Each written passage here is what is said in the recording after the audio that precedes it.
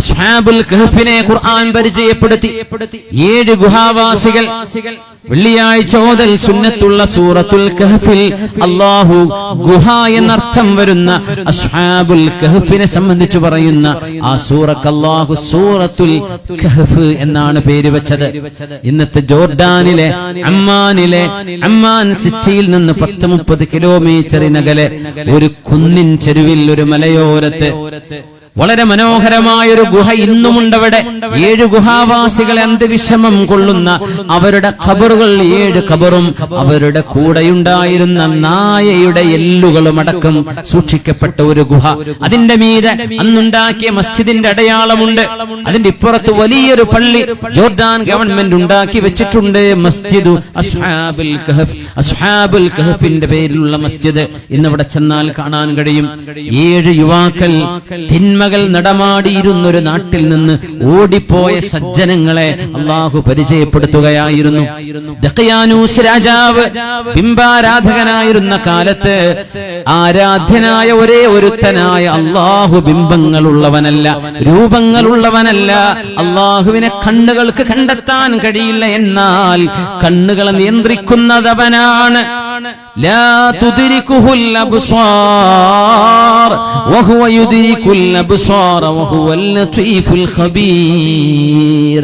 തുർക്കിയിലെ അഫ്സോസ് പട്ടണത്തിൽ നിന്ന് ഇങ്ങ് അമ്മാനിലേക്ക്, ജോർഡാനിലേക്ക് ആയിരക്കണക്കിന് കിലോമീറ്ററുകൾ യാത്ര ചെയ്തു വന്ന 7 യുവാക്കൾ. അവരുടെ കൂടെ വരുമ്പോൾ ഒരു നായ അവരുടെ കൂടെ കൂടിയിരുന്നു. വിശുദ്ധ ഖുർആൻ അവരെ സംബന്ധിച്ച് പറഞ്ഞത് ഇങ്ങനെയാണ്: വയഖൂലൂന സബ്അതുൻ വസാമിനുഹും കൽബുഹും ഖുർ റബ്ബി അഅലമു ബിഇദ്ദതിഹിം മാ യഅലമുഹും ഇല്ലാ ഖലീൽ فلا تمار فيهم إلا مراء ظاهرا ولا تستفت فيهم منهم أحدا.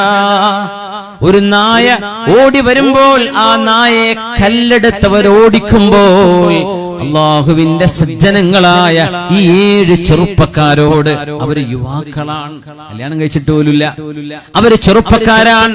തന്റെ നാട്ടിൽ നിന്നാൽ ദീനനുസരിച്ച് ജീവിക്കാൻ കഴിയില്ലെന്ന് ബോധ്യമായപ്പോ ആ നാട് വിട്ട് യാത്ര ചെയ്തു വന്നവരെ ആ നായ പിന്നാലെ കൂടിയപ്പോ ഒരു മുഗല്ലളായ നജസാണെന്ന് പറഞ്ഞ് അവരതിനെ എറിഞ്ഞോടിക്കുമ്പോൾ ആ നായ സംസാരിച്ചുവെന്ന് മഹാനായ അഷ്റഫുൽ ഖൽഖ് റസൂലുള്ളാഹി സ്വല്ലല്ലാഹു അലൈഹി വസല്ലം ഇന്നി ഉഹിബ്ബു അഹ്ബാബല്ലാഹ്, അല്ലാഹുവിനെ ഇഷ്ടപ്പെടുന്നവരെ ഞാൻ ഇഷ്ടപ്പെടുന്നു എന്ന് സംസാരിച്ചപ്പോഴാണ്.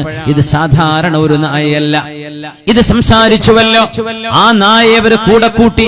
വിശുദ്ധ ഖുർആൻ പറഞ്ഞു അവരെത്ര പേരായിരുന്നുവെന്ന് നിങ്ങൾ തർക്കിക്കേണ്ടതില്ല. വയഖൂലൂൻ, ചില ആളുകൾ പറയുന്നുണ്ട് സബ്അതുൻ, അവർ 7 പേരായിരുന്നു. വസാമിനുഹും കൽബുഹും, അവരിൽ 8ാമൻ അവരുടെ നായയായിരുന്നു. അവരിൽ 8ാമനോ?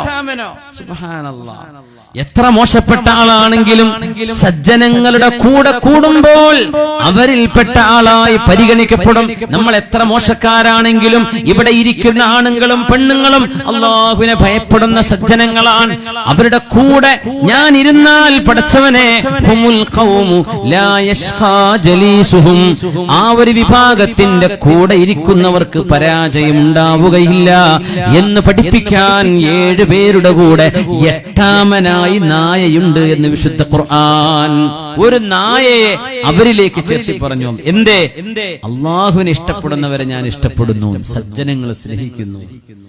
അതുകൊണ്ടാണ് മദ്ഹബിന്റെ ഇമാമായ ഹനഫി മദ്ഹബിന്റെ ഇമാം അബൂ ഹനീഫത്തുൻ നുഅ്മാൻ റഹ്മത്തുള്ളാഹി അലൈഹി അവര് പറയുമായിരുന്നു, സജ്ജനങ്ങളുടെ കഥ കേൾക്കാനാണ് എനിക്കിഷ്ടം.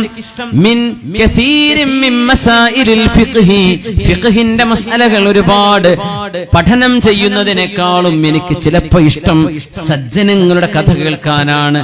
ആ ചരിത്രം കേൾക്കുമ്പോൾ അതിൽ ഒരുപാട് പാഠങ്ങളുണ്ടല്ലോ. ആ പാഠങ്ങൾ കേൾക്കുമ്പോൾ എനിക്കും അങ്ങനെയാവണമെന്ന് കൊതിയുറാൻ ആവേശമുണ്ടാകുമല്ലോ.